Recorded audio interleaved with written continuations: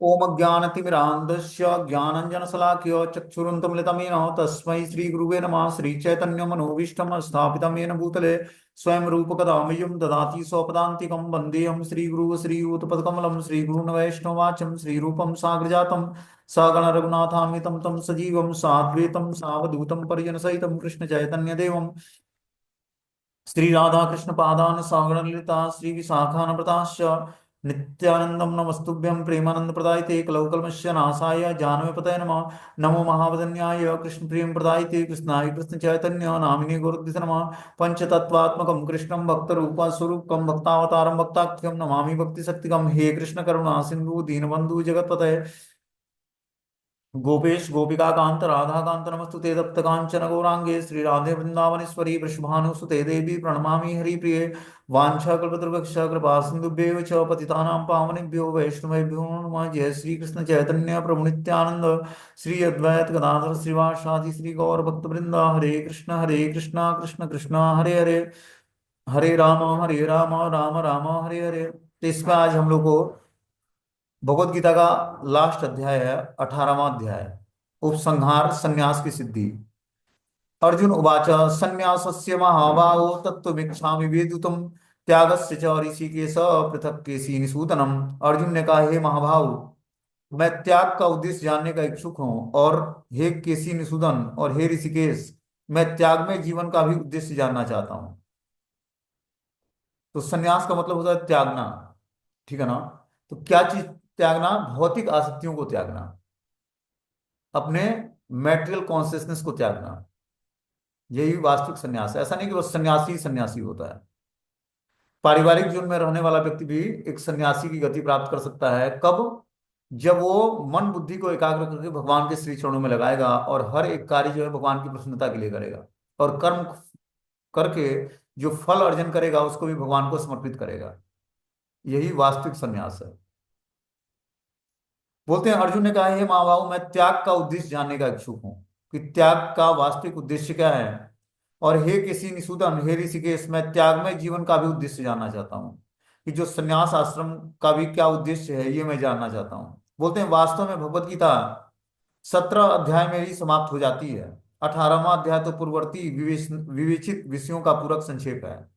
ये जो 18वां अध्याय है, जो आज तक पढ़ाया गया 17 अध्याय में, उसकी समरी है।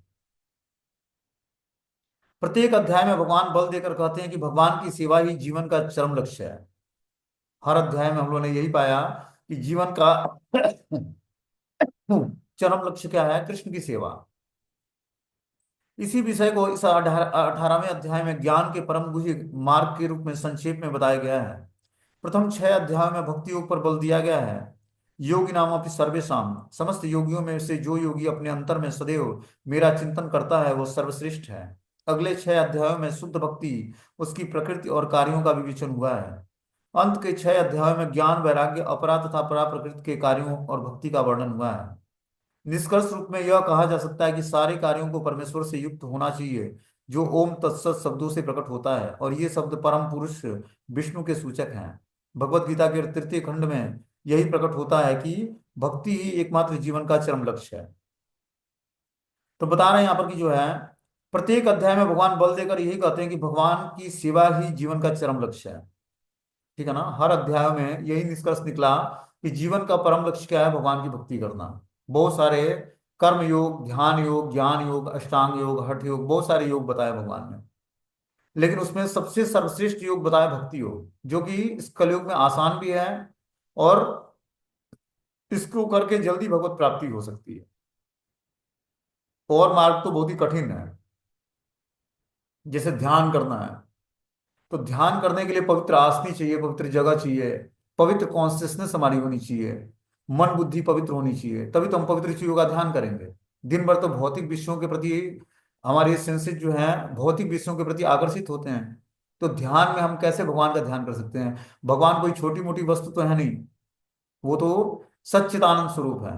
तो सच्चिदानंद स्वरूप को जानने के लिए, ध्यान करने के लिए पहले खुद को सच्चिदानंद बनाना पड़ेगा, तब जाकर हम सच्चिदानंद भगवान का ध्यान कर सकते हैं।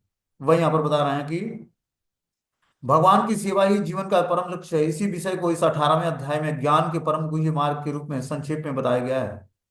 प्रथम 6 अध्यायों में भक्ति ऊपर बल दिया गया है।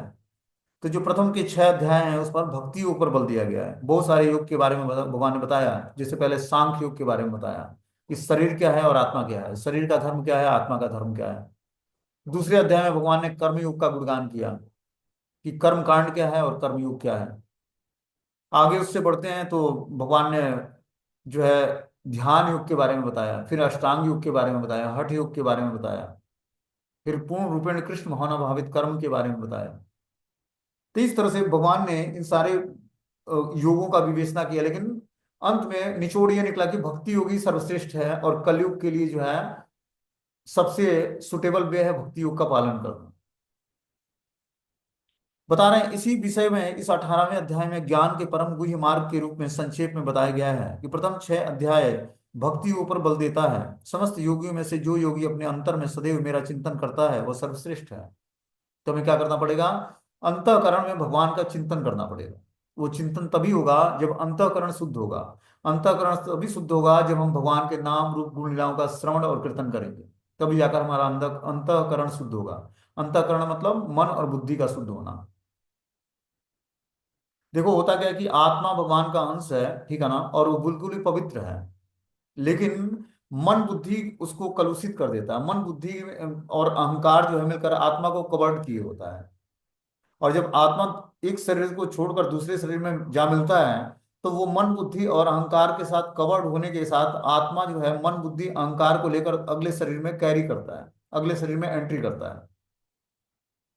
और जैसा शरीर उसी तरह की उसकी एक्टिविटी हो जाती है। तो अंत काले च माम एवं स्मरण मुक्ता कलेवरम, भगवान बताते हैं कि अंत काल में जो मेरा स्मरण करते हुए मृत्यु को प्राप्त होगा वो मेरे स्वभाव को प्राप्त करेगा। तो मन बुद्धि की जैसी हमारी दशा पूरी जीवन भर रहेगी उसी तरह अंत काल में हमें भगवान का स्मरण होगा या विस्मरण होगा।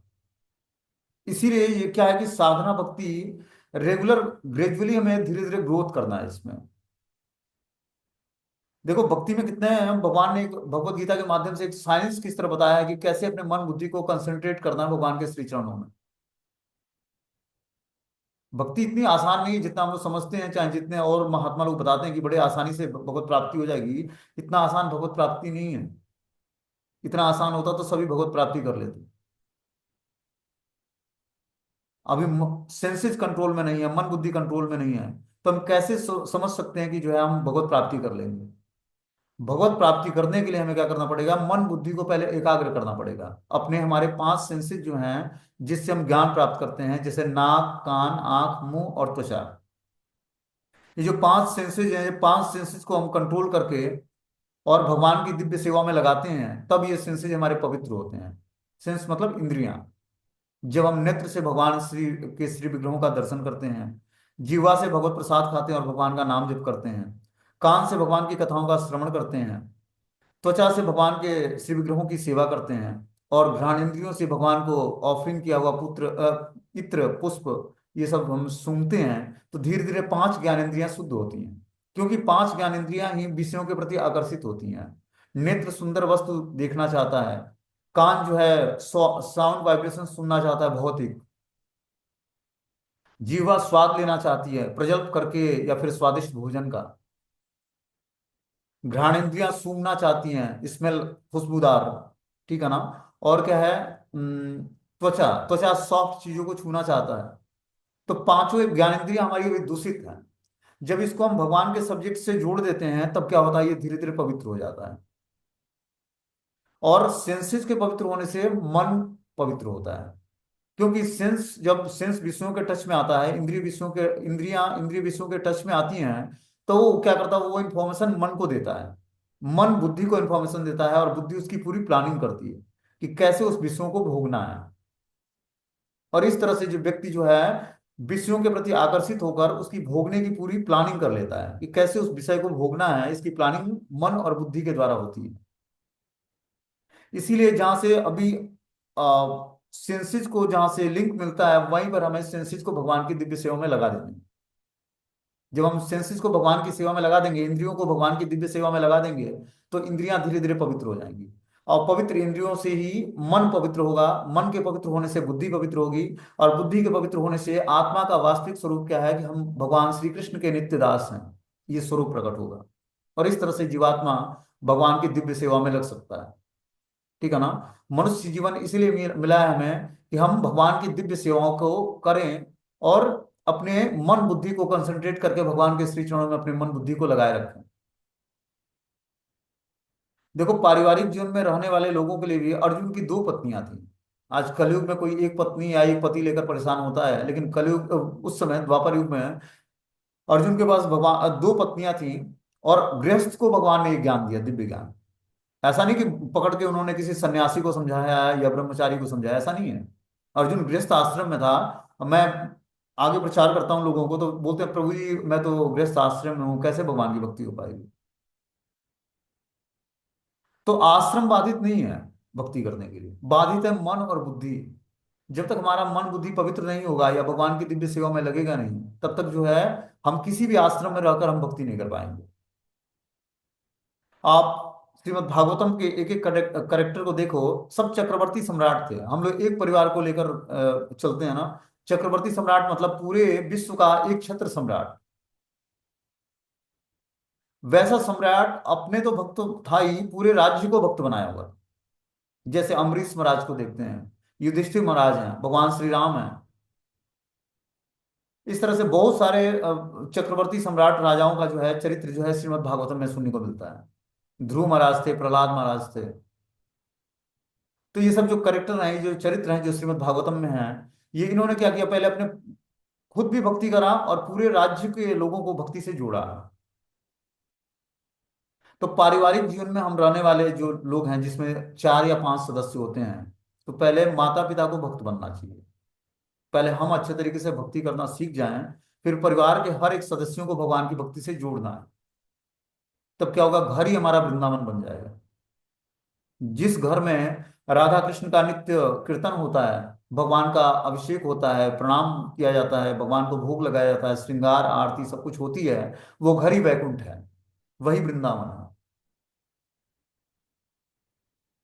ऐसा नहीं वृंदावन में रह के ही वृंदावन नहीं होता है, घर में रहते हुए हम वृंदावन का एटमॉस्फेयर क्रिएट कर सकते हैं घर में।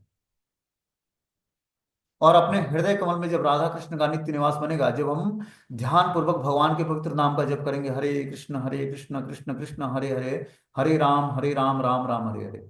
ये मंत्र जो है भगवान की वाशुड़ी से निकला हुआ दिव्य ध्वनि मंत्र है, प्रेम ध्वनि मंत्र है, युगल मंत्र है। इससे राधा कृष्ण की उपासना होती है। अकेले राधा नाम का जप करके कोई व्यक्ति सिद्धि प्राप्त नहीं कर सकता है, भगवान को प्रसन्न नहीं कर सकता है। कृष्ण स्वराट हैं, उनको राधा रानी की आवश्यकता नहीं है अपने को प्रसन्न करने के लिए। वो उनकी आह्लादनी शक्ति है, बस मात्र शक्ति मात्र है राधा रानी। कृष्ण स्वराट और संपूर्ण अपने आप में ईश्वर परम कृष्ण सच्चिदानंद विग्रह अनादिर आदि गोविंदम सर्व कारण कारणम। ईश्वर परम कृष्ण क्या है, श्री कृष्ण ही परम ईश्वर है। ईश्वर परम कृष्ण सच्चिदानंद विग्रह, जो सच्चिदानंद विग्रह है। अनादिर आदि गोविंदम सर्व कारण कारणम, वो अनादिर आदि सबसे पुरातन पुरुष है। सृष्टि के पहले भी थे, सृष्टि के बाद भी हैं, और सृष्टि के बीच में भी। उनका कभी विनाश नहीं होता है, और समस्त कारणों के कारण है। तो उनको प्रसन्न होने के लिए किसी और की आवश्यकता की जरूरत नहीं, लेकिन आह्लादनी शक्ति को प्रकट करते हैं राधा रानी के स्वरूप में, और फिर क्या करते हैं, आनंद लेते हैं। तो राधा रानी भगवान से स्वतंत्र नहीं है। राधा रानी जो है भगवान की अंतरंग शक्ति है। इस तत्व को हमें समझना पड़ेगा। जब हम प्रमाणिक मंत्र का जाप करते हैं धीरे धीरे, ठीक है ना, हरे कृष्ण महामंत्र का, जो भगवान की वाशुड़ी से निकली हुई दिव्य ध्वनि है, तो ये हमारे हृदय को धीरे धीरे पवित्र करती है। और पवित्र हृदय से ही हम धीरे धीरे जो है राधा कृष्ण की नित्य लीलाओं को जान पाएंगे। बोलते हैं कि प्रथम 6 अध्यायों में भक्ति के ऊपर बल दिया गया है। अंत के 6 अध्यायों में ज्ञान वैराग्य अपरा और परा प्रकृति के कार्यों और भक्ति का वर्णन है। निष्कर्ष रूप में यह कहा गया है कि सारे कार्यों को परमेश्वर से युक्त होना चाहिए। ओम तत्सत शब्दों से प्रकट होता है कि ये शब्द परम पुरुष विष्णु के सूचक हैं। भगवत गीता के तृतीय खंड में यही प्रकट होता है कि भक्ति ही एकमात्र जीवन का चरम लक्ष्य है। तो जीवन का चरम लक्ष्य जो है भक्ति ही है। ये भगवत गीता के तृतीय खंड में यही प्रकट होता है। 3 खंड में भगवत गीता बटा हुआ है। प्रथम खंड जो है 6 अध्याय है, दूसरा खंड जो है 7वें अध्याय से 12वें अध्याय तक है, और तीसरा खंड 13वें अध्याय से 18वें अध्याय तक। 6 6 अध्याय के 3 खंड हैं। तो तीसरे खंड में जीवन का एकमात्र उद्देश्य क्या है, चरम लक्ष्य जो है भक्ति है, इसके बारे में बताया गया है। पूर्ववर्ती आचार्य तथा ब्रह्म सूत्र या वेदांत सूत्र का उदाहरण देकर इसकी स्थापना की गई है। आगे बता रहे हैं, इस श्लोक में परमेश्वर को संबोधित करने के लिए प्रयुक्त ऋषिकेश या केसी निषूदन, ये दो शब्द महत्वपूर्ण हैं। ऋषिकेश कृष्ण हैं, समस्त इंद्रियों के स्वामी हैं, जो हमें मानसिक शांति प्राप्त करने में सहायक बनते हैं। तो भगवान जो है ऋषिकेश नाम है भगवान का। ऋषिकेश मतलब इंद्रियों के स्वामी। और एक नाम बताया जा रहा है केसी निषूदन, भगवान ने केसी का वध किया, केसी असुर का वध किया, इसलिए भगवान का नाम है केसी निषूदन। देखते हैं वृंदावन में आते हैं तो केसी घाट पड़ता है। तो भगवान ने केसी असुर को मारकर वहीं पे स्नान किया था, इसीलिए उसका नाम है केसी घाट। असुरों को मारकर भगवान यमुना स्नान करते, पवित्र होते, इसीलिए उसका नाम है केसी घाट। ठीक है ना। इस श्लोक में परमेश्वर को संबोधित करने के लिए प्रयुक्त ऋषिकेश तथा केसी निषूदन, ये दो शब्द महत्वपूर्ण है।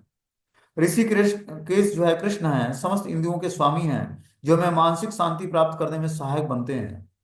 अर्जुन उनसे प्रार्थना करता है कि वे सभी बातों को इस तरह संक्षिप्त कर दें जिससे वह संभाव में स्थिर रहे। फिर भी उसके मन में कुछ संशय है, और ये संशय असुरों के समान होता है, अतः वह कृष्ण को केसी निषूदन कहकर संबोधित करते हैं। केसी अत्यंत दुर्जय असुर था जिसका वध कृष्ण ने किया था। अब अर्जुन चाहता है कि वे उसके संशय रूपी असुर को का वध कर दें। तो बता रहे हैं कि अर्जुन के हृदय में जो संशय है उसका कृष्ण के द्वारा वध हो जाए, इसके लिए अर्जुन भगवान से प्रेयर करता है कि मन में कुछ संशय है, ये संशय असुरों के समान अत्यंत दुर्जय असुर है। जब व्यक्ति के हृदय में संशय होता है तो क्या होता है, संशय आत्मा विनश्यति। जिसके हृदय में संशय होता है, संशय मतलब डाउट, डाउट क्या करता है, व्यक्ति को खोखला कर देता है अंदर से।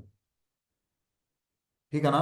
तो बता रहे हैं कि अर्जुन चाहता था कि भगवान उसके अंदर जो संशय उत्पन्न हुआ है उस संशय नामक असुर को जो है वध करें भगवान, क्योंकि वह कृष्ण को केसी निषूदन कहकर संबोधित करते हैं। केसी अत्यंत दुर्जय असुर था जिसका वध भगवान कृष्ण ने किया था। अब अर्जुन चाहता है कि वे उसके संशय रूपी असुर का वध कर दें। आगे अगले श्लोक में बता रहे हैं कि श्री भगवान उवाच काम्यानां कर्मणानास्य संन्यास कवयो विदु सर्व कर्म फल त्यागा प्रहुस्त्याग विचक्षणाम। भगवान ने कहा, भौतिक इच्छाओं पर आधारित कर्मों के परित्याग को विद्वान लोग संन्यास कहते हैं, और समस्त कर्मों के फल त्याग को बुद्धिमान लोग त्याग कहते हैं। क्या बोलते हैं कि भौतिक इच्छाओं पर आधारित कर्मों के परित्याग को विद्वान लोग संन्यास कहते हैं। जो भौतिक इच्छाओं पर आधारित कर्म है, ठीक है ना, जैसे धन कमाना है, या फिर बढ़िया कपड़ा पहनना है, या भोग की बहुत सारी सामग्री इकट्ठी करनी है, ऐसे जो इच्छाएं हैं इसका त्याग करना, कर्मों के परित्याग को विद्वान लोग संन्यास करते हैं। कि जीवन की माइनर आवश्यकताओं को स्वीकार करके और दिव्य सेवाएं करना भगवान की। माइनर आवश्यकता क्या है, रोटी कपड़ा और मकान। ठीक है ना। मतलब शरीर ढकने के लिए वस्त्र चाहिए, पेट भरने के लिए कुछ अन्न चाहिए, और सर ढकने के लिए एक मकान चाहिए। तो ये जितना कम से कम मात्रा में हो जाए उतना ही व्यक्ति को जो है सेटिस्फाई रहना चाहिए। भौतिक इच्छाओं का पर आधारित कर्मों के परित्याग को विद्वान लोग संन्यास करते हैं। जो भौतिक इच्छाओं पर आधारित जो ज्ञान है उसका परित्याग करना ही संन्यास है। और समस्त कर्मों के फल त्याग को बुद्धिमान लोग त्याग करते हैं। समस्त कर्म के फलों को त्यागना, जो भी कर्म करते हैं हम, उसके फल को त्यागना ही बुद्धिमान लोग त्याग करते हैं। अब जैसे मान लो कि कोई व्यक्ति जॉब करता है, ठीक है ना, जॉब करके धन कमाता है, उसको बोला जाए कि तुम उसमें से 50% दान दे दो जहां पर भगवान के भक्तों की या गायों की या भगवान के श्री विग्रहों की सेवा होती है, तो बहुत टफ हो जाएगा उसके लिए। यहाँ पर भगवान बता रहे हैं कि समस्त कर्मों के फल त्याग को बुद्धिमान लोग त्याग करते हैं, और जो त्यागना है तो हमें कर्म के फलों को त्यागना है। और जब व्यक्ति ईमानदारी से धन कमाकर उसको क्या करता है, डोनेट करता है, बिना किसी भौतिक इच्छा के, बिना किसी इच्छा के उसको त्यागता है। ऐसा नहीं कि मैं 100 रुपये डोनेट करूं तो भगवान 1 लाख रुपए हमें दे, ऐसा नहीं। 100 रुपये डोनेट करे, उससे कुछ इच्छा नहीं है, निस्वार्थ भाव से हमने डोनेट कर दिया उसको, तब उसका बहुत बड़ा बेनिफिट मिलेगा। वही यहाँ पर बता रहे हैं कि समस्त कर्मों के फल त्याग को बुद्धिमान लोग त्याग कहते हैं। कर्म फल की आकांक्षा से किए गए कर्म का त्याग करना चाहिए, यही भगवत गीता का उद्देश्य है। कि जो व्यक्ति कर्म फलों की आकांक्षा से किए गए कर्म का त्याग करना चाहिए, ऐसा कर्म जो कर्म फलों की आकांक्षा लिए है कि ये मैं कर्म करूंगा तो इससे मुझे कुछ फल मिलेगा, ऐसे कर्मों को त्यागना ही भगवत गीता का उद्देश्य है। लेकिन जिन कर्मों से उच्च आध्यात्मिक ज्ञान प्राप्त होता है उसका परित्याग नहीं करना चाहिए। जिन कार्यों से हमें उच्च आध्यात्मिक ज्ञान प्राप्त होता है ऐसे कार्यों को हमें नहीं छोड़ना है। अगले श्लोक में यह स्पष्ट हो जाता है कि वैदिक साहित्य में किसी विशेष उद्देश्य से यज्ञ संपन्न करने की अनेक विधियों का उल्लेख है।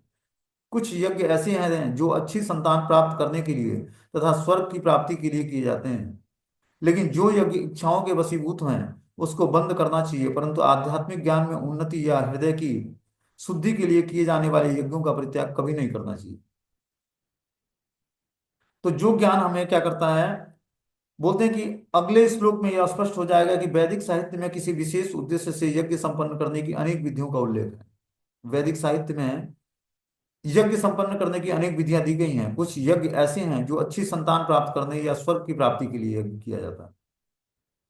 लेकिन जो यज्ञ इच्छाओं के वशीभूत हो उनको बंद करना चाहिए, परंतु आध्यात्मिक ज्ञान में उन्नति या हृदय की शुद्धि के लिए किए जाने वाले यज्ञों का परित्याग कभी नहीं करना चाहिए, ये उचित नहीं है। जिस ज्ञान से उन्नति और हृदय की स्थिति शुद्ध होती है ऐसे यज्ञों का कभी परित्याग नहीं करना चाहिए। कैसे कर्मों का परित्याग करना चाहिए, जो हमें आध्यात्मिक ज्ञान से दूर ले जाती है ऐसे कार्यों का परित्याग करना चाहिए, यहां भगवान बता रहे हैं। बोलते हैं त्याज्यम दोषवदित्येकम कर्म प्राहु मनीषिणम यज्ञ दान तप कर्म न त्याज्यमिति चापरे। कुछ विद्वान घोषित करते हैं कि समस्त प्रकार के कर्मों सकाम कर्मों को दोषपूर्ण समझकर त्याग देना चाहिए, किंतु अन्य विद्वान मानते हैं कि यज्ञ दान तथा तपस्या के कर्मों को कभी नहीं त्यागना चाहिए। बोलते हैं कुछ विद्वान घोषित करते हैं कि समस्त प्रकार के सकाम कर्मों को दोषपूर्ण समझकर त्याग देना चाहिए। सकाम कर्मों को, सकाम कर्म और निष्काम कर्म, सकाम कर्म क्या होता है और निष्काम कर्म क्या होता है। सकाम कर्म, जो कर्म हमारे अपने इंद्रियों को सेटिस्फाई करती है वो सकाम कर्म कहलाता है। और जो कर्म भगवान की इंद्रियों को सेटिस्फाई करती है और अपना कोई हेतु नहीं होता है वो निष्काम कर्म कहलाता है। तो धीरे धीरे हम अभी सकाम कर्मों में जुड़े होते हैं। धीरे धीरे सकाम कर्मों से आगे बढ़कर हमें निष्काम कर्मयोग का पालन करना है। निष्काम कर्मयोग क्या होता है, जिस कर्मों से भगवान की इंद्रियां सेटिस्फाई होती हैं, भगवान सेटिस्फाई होते हैं वैसे कर्म करने हैं। ठीक है ना। जैसे मान लो कि हम परिवार का पालन पोषण करते हैं और भगवान बता रहे हैं कि हमारे लिए कर्म करो, तो उस कर्मों को हम कैसे भगवान के लिए कर सकते हैं। तो घर के प्रत्येक सदस्य को हमें भगवान का सदस्य मानना पड़ेगा। ये सब जो है भगवान के द्वारा दी हुई वस्तुएं हैं जिसकी हमें सेवा करने का भगवान ने अधिकार दिया हुआ है। और इस अधिकार से हमें सेवा करनी है कि भगवान के द्वारा प्रदत्त ये सेवाएं मिली हैं और ये सारे भगवान के जन हैं। इस भाव से जब हम उनकी सेवा करेंगे और उनको भक्ति में जोड़ने का प्रयास करेंगे तब जाकर धीरे धीरे हमारा अच्छा शुद्धिकरण होगा। अब ये समझ लें कि जो है ये तो अनर्थ है हमारी भक्ति के लिए। जैसे कुछ लोग भक्ति में जुड़ जाते हैं, उनको लगता है कि जो भक्ति नहीं कर रहा है वो तो बिल्कुल गए गुजरे लोग हैं, उनकी सेवा करके हमें हमें क्या बेनिफिट मिलेगा। लेकिन ऐसा नहीं है। जो भगवान के द्वारा आपको जो सेवाएं दी गई हैं आपके कर्मों के हिसाब से, उसको भगवान का भजन करते हुए तीव्रता से उनकी सेवा कर दी, तब जाकर इस जीवन में आप उस कर्मों से निवृत्त हो पाओगे। जैसे मान लो कि कोई स्त्री है, उसका पति है वो ड्रिंक करता है और ये भगवान की भक्ति करती है, या नॉनवेज खाता है और ये भगवान की भक्ति से जुड़ी हुई है, तो उस केस में वो क्या करे। अब उसके कर्मों में ऐसा था वो मिल गया वो। अब उस केस में उसको क्या करना चाहिए, तीव्रता से भगवान का भजन करना चाहिए और उस व्यक्ति की सेवा करनी चाहिए। तब धीरे धीरे वो अपने ऋणों से छूट पाएगी और ऋणों से छूट कर ही वो भगवान की भक्ति में एडवांसमेंट भी होगा और इस जीवन के बाद उसको एक नया जीवन मिलेगा जिसमें ऐसे लोग नहीं मिलेंगे जो उसको भक्ति न करने दें या भक्ति के अगेंस्ट ना हो। ऐसा उसको सिचुएशंस भगवान देंगे, या तो इसी जीवन में या अगले जीवन में। तो हमें क्या करना है कि तीव्रता से भगवान का भजन और जितने भी हमारे से जुड़े हुए लोग हैं अपने से उनका हमें सेवा करनी है। तब जाकर हम धीरे धीरे कर्मों के परिणाम से छूट पाएंगे। ये कर्मों के जो परिणाम है इससे छूटना इतना आसान नहीं है।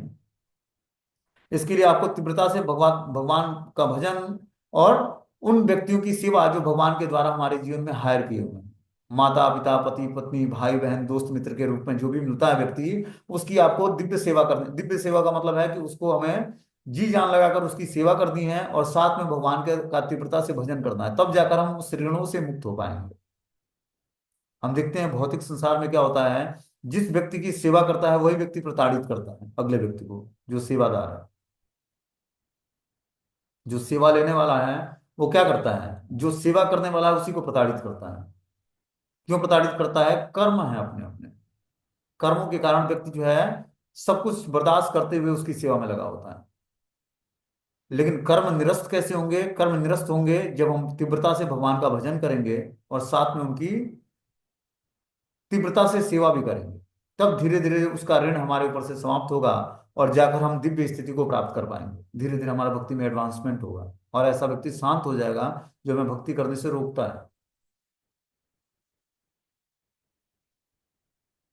वैदिक साहित्य में ऐसे अनेक कर्म हैं जिसके विषय में मतभेद है। उदाहरणार्थ यह कहा गया है कि यज्ञ में पशु मारा जा सकता है, फिर भी कुछ का मत है कि पशु हत्या पूर्णतया निषिद्ध है। यदि वैदिक साहित्य में पशु वध की संस्तुति हुई है, लेकिन पशु को मारा गया नहीं माना जाता। यह बलि पशु को नवीन जीवन प्रदान करने के लिए होता है। कभी कभी यज्ञ में मारे गए पशु को नवीन पशु जीवन प्राप्त होता है, तो कभी वह पशु तत्क्षण मनुष्य योनि को प्राप्त हो जाता है। लेकिन इस संबंध में मनुष्यों में मतभेद है। कुछ का कहना है कि पशु हत्या नहीं की जानी चाहिए, कुछ कहते हैं कि विशेष यज्ञ के लिए यह शुभ है। अब यज्ञ कर्म विषयक विभिन्न मतों का स्पष्टीकरण भगवान स्वयं कर रहे हैं। तो वैदिक साहित्य में ऐसे अनेक कर्म हैं जिसके विषय में मतभेद है। उदाहरणार्थ यह कहा गया कि यज्ञ में पशु मारा जा सकता है, फिर भी कुछ का मत है कि पशु हत्या पूर्णतः निषिद्ध है। तो देखते हैं कि यज्ञ में जैसे गौमेध यज्ञ होता है या अश्वमेध यज्ञ होता है, उस यज्ञों में पशु की बलि दी जाती है। तो शास्त्रों के हिसाब से ये क्या है? निषिद्ध कर्म है। लेकिन वैदिक साहित्य में पशु वध की संस्तुति की गई है। जो वेद है उसमें बताया गया कि पशु वध आवश्यक है, लेकिन पशु को मारा गया नहीं माना जाता। यह बलि पशु को नवी जीवन प्रदान करने के लिए होता है। जब हम पशु को यज्ञ में मंत्रों की सहायता से उनकी बलि चढ़ाते हैं तो उसको एक नया जीवन मिलता है, और नया जीवन मिलता है उसको, साथ में भगवान की भक्ति भी मिलती है। ठीक है ना? क्योंकि मंत्रों की सहायता से उसको एक नया जीवन प्रदान किया जाता है। ये पुराना शरीर छोड़कर वो नया शरीर धारण करता है। और नया शरीर कैसा धारण करता है? वो फिर भगवान की भक्ति के लिए उसके लिए फेवरेबल होता है, क्योंकि वैदिक मंत्रों के उच्चारण के द्वारा उसको नई गति प्रदान की जाती है। उसके समस्त पापों को खत्म किया जाता है वैदिक मंत्रों के उच्चारण के द्वारा। उसको नया जीवन प्रदान किया जाता है। इस तरह से यज्ञ में पशुओं की बलि दी जाती है। कभी कभी यज्ञ में मारे गए पशु को नवीन पशु जीवन प्राप्त होता है, तो कभी वह पशु तत्क्षण मनुष्य योनि को प्राप्त हो जाता है। लेकिन इस संबंध में मनीषियों में मतभेद है। कुछ का कहना है कि पशु हत्या नहीं की जानी चाहिए, और कुछ कहते हैं कि विशेष यज्ञ के लिए यह अत्यंत शुभ है। अब यज्ञ कर्म विषय विषयक विभिन्न मतों का स्पष्टीकरण भगवान स्वयं कर रहे हैं। अब आगे जो है भगवान यज्ञ कर्म विषय के बारे में स्पष्टीकरण करेंगे। इसके बारे में हम सुनते हैं। बोलते हैं, निश्चय शृणु मे तत्रम त्यागे भरत सत्तम, त्यागो ही पुरुष त्याग्यम त्रिविधम कर संप्रकृतम।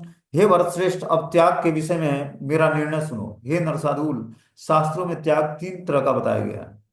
क्या बोलते हैं कि हे भरत श्रेष्ठ, अब त्याग के विषय में मेरा निर्णय सुनो, कि जो हम त्याग करते हैं उसके विषय में भगवान का निर्णय क्या है। बोलते हैं शास्त्रों में त्याग तीन तरह का बताया गया है। तीन प्रकार के त्याग को मतलब शास्त्रों में वर्णन किया गया है।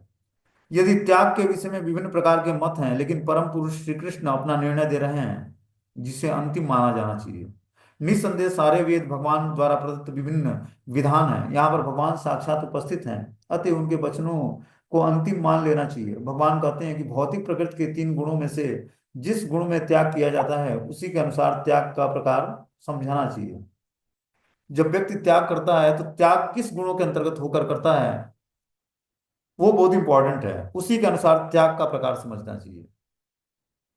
एक सतुगुण में स्थिर होकर त्याग करता है, एक रजुगुण में होकर त्याग करता है, एक तमोगुण में होकर स्थिर होकर त्याग करता है। तो तीनों तरह के त्यागों में अंतर क्या है? इसके बारे में भगवान बता रहे हैं। बोलते हैं यज्ञ दान तप कर्म न त्याज्य कार्यमेव तत् यज्ञो दान तपस्यैव पावनानि मनीषिणम्। यज्ञ दान और तपस्या के कर्मों का कभी परित्याग नहीं करना चाहिए, उन्हें अवश्य संपन्न करना चाहिए। निसंदेह यज्ञ दान और तपस्या महात्माओं को भी शुद्ध बनाता है। तो बता रहे हैं यहाँ पर कि यज्ञ दान और तपस्या के कर्मों का कभी भी परित्याग नहीं करना चाहिए। हमेशा यज्ञ करते रहना चाहिए, दान देते रहनी चाहिए और तपस्या करती रहनी चाहिए। इस कर्मों का कभी भी परित्याग नहीं करना है, उन्हें अवश्य संपन्न करना चाहिए। निसंदेह यज्ञ दान और तपस्या महात्माओं को भी शुद्ध बनाती है।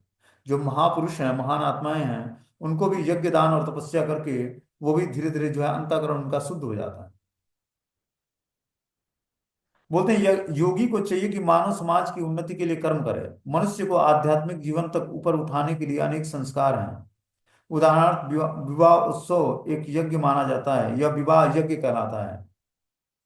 क्या एक सन्यासी जिसने अपना परिवार संबंध त्याग कर संन्यास ग्रहण कर लिया है विवाह उत्सव को प्रोत्साहन दे? भगवान कहते हैं कि कोई भी यज्ञ जो मानव कल्याण के लिए हो उसका कभी भी परित्याग न करें। तो जो यज्ञ मानव जीवन के लिए कल्याणप्रद हो, ऐसे यज्ञों को हमें कभी भी त्यागना नहीं है। विवाह यज्ञ मानव मन को संयमित करने के लिए, जिससे आध्यात्मिक प्रगति के लिए वो शांत बन सके। बोलते हैं जो विवाह संस्कार है, विवाह यज्ञ है, वो मानव के मन को संयमित करने के लिए है, जिससे आध्यात्मिक प्रगति के लिए वो शांत बना रहा है। सन्यासी को चाहिए कि इस विवाह यज्ञ की संस्तुति अधिकांश मनुष्यों को करे। सन्यासी को चाहिए कि स्त्रियों का संग न करे, लेकिन इसका अर्थ यह नहीं है कि जो व्यक्ति अभी जीवन की निम्न अवस्थाओं में है, अर्थात जो तरुण है, वह विवाह यज्ञ में पत्नी न स्वीकार करे। सारे यज्ञ परमेश्वर की प्राप्ति के लिए हैं, अतएव निम्न अवस्थाओं में भी यज्ञ का परित्याग नहीं करना चाहिए। इसी प्रकार दान हृदय की शुद्धि के लिए आवश्यक है। यदि दान सुपात्र को दिया जाता है तो उससे आध्यात्मिक जीवन में प्रगति होती है, जैसा कि पहले वर्णन किया जा चुका है। तो यहाँ पर बता रहे हैं कि जो है स- सन्यासी को भी चाहिए कि इस विवाह यज्ञ की संस्तुति अधिकांश मनुष्यों के लिए करे। सन्यासी का भी उत्तरदायित्व तो बता रहे हैं भगवान कि जो है जो सन्यास आश्रम में व्यक्ति है, वो उसको चाहिए कि आध्यात्मिक ज्ञान देकर लोगों को जो है वर्ण और आश्रम में स्थिर होने को समझाए, कि जिस वर्ण और जिस आश्रम का है उस वर्ण और आश्रम के नियमों का पालन करे वो। जो व्यक्ति अभी जीवन की निम्न अवस्थाओं में, अर्थात जो तरुण है, वह विवाह यज्ञ में पत्नी न स्वीकार करे। सारी यज्ञ परमेश्वर की प्राप्ति के लिए है, अतएव निम्न अवस्थाओं में यज्ञों का परित्याग नहीं करना चाहिए। की स- इसी प्रकार दान हृदय की शुद्धि के लिए है। जो हम दान देते हैं वो क्या होता है, उससे हृदय शुद्ध होता है। यदि दान सुपात्र को दिया जाता है तो उससे आध्यात्मिक जीवन में प्रगति होती है। और जो सुपात्र व्यक्ति को कोई दान देता है, मतलब दान सुपात्र कौन होता है दान स्वीकार करने के लिए? दान का वास्तविक सुपात्र व्यक्ति वही है जो भगवान की दिव्य सेवा में लगा है। उसको जो हम दान देंगे तो क्या होगा, धीरे धीरे जो है हमारा आध्यात्मिक जीवन में प्रगति हो पाएगा। ठीक है। आगे इसमें छठा श्लोक है, एतान अपि तु कर्माणि संगतत्वा फलानि च कर्तव्यानीति में पार्थ निश्चिता मतमुत्तमम्। इन सारे कार्यों को किसी प्रकार की आसक्ति या फल की आशा के बिना संपन्न करना चाहिए। हे पितापुत्र, इन्हें कर्तव्य मानकर संपन्न किया जाना चाहिए, यही मेरी अंतिम मत है। तो यहाँ पर भगवान बता रहे हैं कि इन सारे कार्यों को किस प्रकार की आसक्तियों या फल की आशा के बिना संपन्न करना चाहिए। जो भी हम कार्य संपन्न करते हैं कृष्ण भावनामृत में, वो किसी भी प्रकार की आसक्ति या फल की आशा के बिना संपन्न किया जाना चाहिए। हे प्रथापुत्र, इन्हें कर्तव्य मानकर संपन्न किया जाना चाहिए, यही मेरा अंतिम निर्णय है। तो भगवान अंतिम निर्णय बता रहे हैं कि जो भी हम कार्य करते हैं उस कर्तव्य को कर्तव्य मानकर संपन्न करना चाहिए, और यही भगवान का अंतिम निर्णय है। यद्यपि सारे यज्ञ शुद्ध करने वाले हैं, लेकिन मनुष्य को ऐसे कार्यों से किसी फल की इच्छा नहीं करनी चाहिए। दूसरे शब्दों में जीवन में जितने सारे यज्ञ भौतिक उन्नति के लिए हैं उनका परित्याग करना चाहिए, लेकिन जिन यज्ञों में मनुष्य का अस्तित्व शुद्ध हो जाता है, जो आध्यात्मिक स्तर तक उठाने वाले हैं, उनको कभी बंद नहीं करना चाहिए। तो बता रहे हैं कि भौतिक लेवल पर सारे यज्ञ हमें बंद कर देना चाहिए। यद्यपि सारे यज्ञ शुद्ध करने वाले हैं, लेकिन मनुष्य को ऐसे कार्यों से किसी फल की इच्छा नहीं करनी चाहिए। दूसरे शब्दों में जीवन में जितने सारे यज्ञ भौतिक उन्नति के लिए हैं उनका परित्याग करना चाहिए, लेकिन जिन यज्ञों में से मनुष्य का अस्तित्व शुद्ध हो जाता है, जो आध्यात्मिक स्तर तक उठाने वाले हैं, उनको कभी बंद नहीं करना चाहिए। जिस किसी वस्तु में कृष्ण भावनामृत तक पहुंचा जा सके उसको प्रोत्साहन देना चाहिए। श्रीमद् भागवतम में भी यह कहा गया है कि जिस कार्य से भगवत भक्ति का लाभ होता है उसे स्वीकार करना चाहिए। यही धर्म की सर्वोच्च कसौटी है। भगवत भक्त को ऐसे किसी भी कर्म, यज्ञ और दान को स्वीकार करना चाहिए जो भगवत भक्ति करने में सहायक हो। बता रहे हैं कि जो भगवत भक्त है वो कर्म और यज्ञ और दान स्वीकार कर सकता है भगवत भक्तों से। ठीक है ना? जो भगवत भक्ति करने में सहायक होगा उसको। जो भक्त ईमानदारी से पैसा कमाकर और ले आकर मंदिर को डोनेट करता है या किसी ब्राह्मण को देता है, तो ऐसा डोनेशन हमें अस्वीकार नहीं करना है। अस्वीकार करना भी दोषपूर्ण है। ठीक है ना? तो यही भगवान ने इसमें बताया 6 श्लोकों में। अब आगे जो है 7वां श्लोक कल पढ़ाया जाए। हरे कृष्णा।